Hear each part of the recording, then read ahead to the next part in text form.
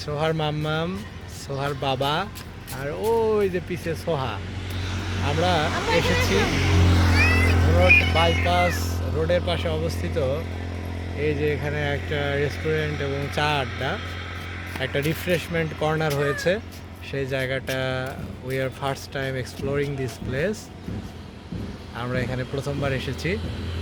এখানে এসে কেমন লাগছে সোহার মাম্মাম? হ্যাঁ, ভালো লাগছে, পরিবেশটা খুবই সুন্দর, ভেতরের পরিবেশটা খুব সুন্দর। যারা আসেন নাই তারা অবশ্যই আসবেন, আসলে মনে হয় ভালো লাগবে।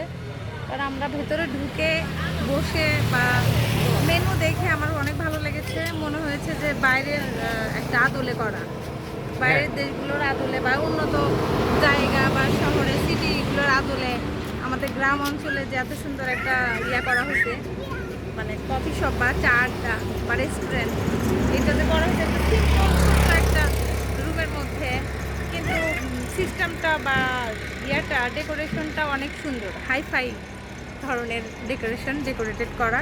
তো অনেক ভালো লেগেছে। আপনারাও আসবেন, চা খাবেন, আড্ডা দিবেন, প্রিয়জনকে বিশেষ করে অবশ্যই পরিবারকে নিয়ে আসবেন।